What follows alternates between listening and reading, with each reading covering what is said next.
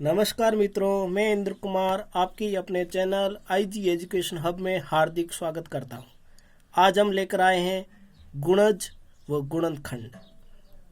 पहले हम गुणज को पढ़ते हैं। गुणज वो संख्या जो गुणा करने से जन्मी हो या खुद का पहाड़ा। जैसे 4 का गुणज, ये 4 का पहाड़ा लिखा। 6 का गुणज, 6 का पहाड़ा। अब हम गुणज के नियम पढ़ते हैं। किसी संख्या का प्रत्येक गुणज उस संख्या से बड़ा या उसके बराबर होता है।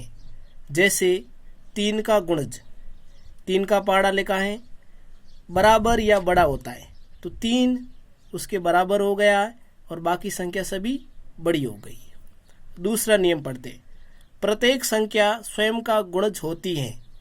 जैसे 4 का गुणज, 4 का पहाड़ा लिखा 4, तो 4 खुद क्या हो गई? 4 का गुणज हो गई। तीसरा नियम, किसी संख्या के गुणजों की संख्या अपरिमित का मतलब होता है असीमित होती है।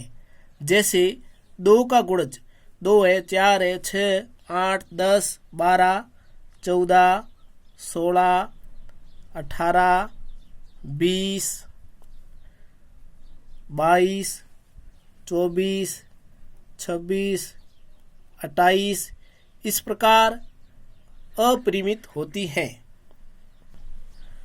सारो गुणज के समान अंक।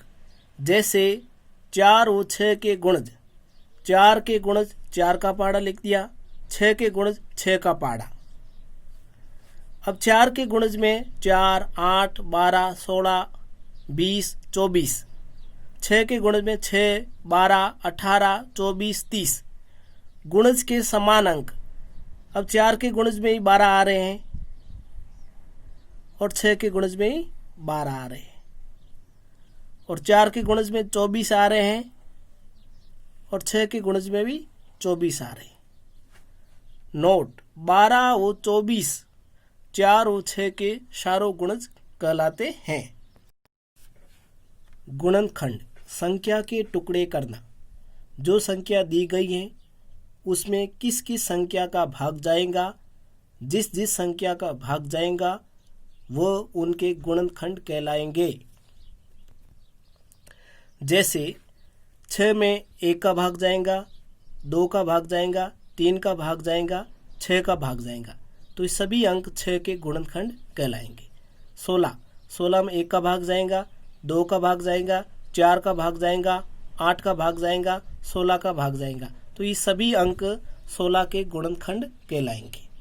गुणनखंड के नियम। पहला नियम, सबसे छोटा गुणनखंड 1 है। 1 प्रत्येक संख्या का गुणनखंड होता है। जैसे 1 सबसे छोटा गुणनखंड है। 6 का गुणनखंड 1 सबसे छोटा है और 16 का भी 1 सबसे छोटा है। 1 प्रत्येक संख्या का गुणनखंड है और 1 प्रत्येक संख्या यानी सभी संख्याओं का 1 गुणनखंड होता है। दूसरा नियम, सबसे बड़ा गुणनखंड संख्या खुद होती है। प्रत्येक संख्या स्वयं अपना एक गुणनखंड होती है। जैसे 6 के गुणनखंड 1, 2, 3 और 6। 1 सबसे छोटा गुणनखंड होगा और संख्या खुद सबसे बड़ी गुणनखंड होगी। तीसरा नियम, किसी संख्या का गुणनखंड उसका पूर्ण विभाजक होता है।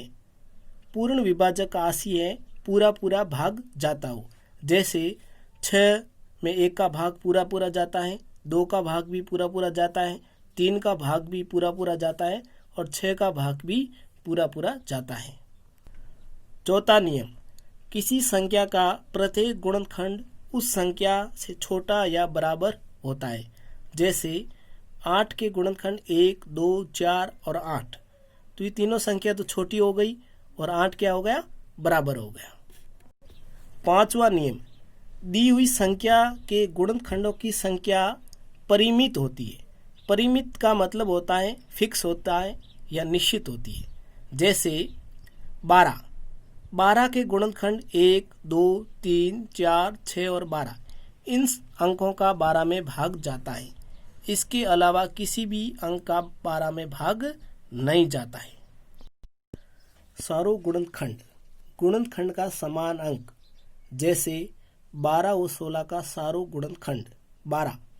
12 के गुणनखंड 1, 2, 3, 4, 6 और 12। 16 के गुणनखंड 1, 2, 4, 8 और 16। समान अंक, अब दोनों में समान अंक देखना, तो एक आ रहा है इसमें भी और एक इसमें भी आ रहा है समान अंक, 2 इसमें भी आ रहा है और 2 इसमें भी आ रहा है समान अंक, और 4 इसमें भी आ रहा है और 4 इसमें भी आ रहा है। तो 1, 2 व 4 12 और 16 के सारो गुणनखंड कहलाएंगे। अगर वीडियो आपको अच्छा लगे तो वीडियो को लाइक शेयर जरूर करें। धन्यवाद।